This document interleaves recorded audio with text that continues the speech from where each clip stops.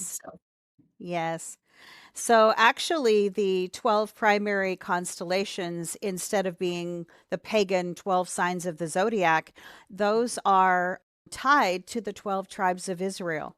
And so Jacob in Genesis 49, he gives blessings over each of the tribes, and there is an association, a figurative, prophetic image that goes with that tribe. Like, for example, the lion of the tribe of Judah.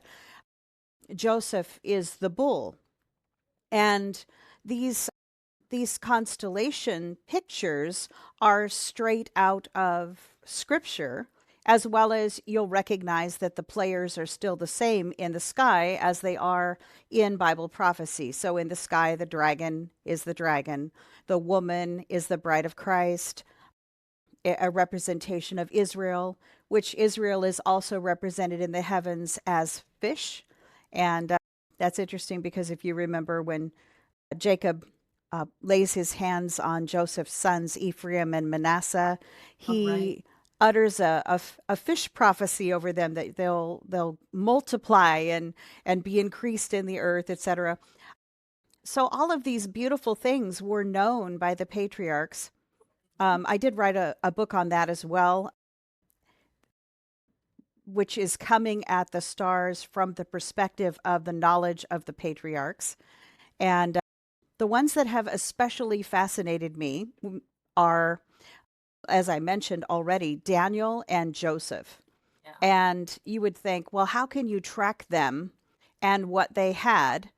Well, remember, Joseph was in Egypt, and he wasn't just a commoner in Egypt. He started out a slave, and then he became second only to Pharaoh. And there's argument about his identity.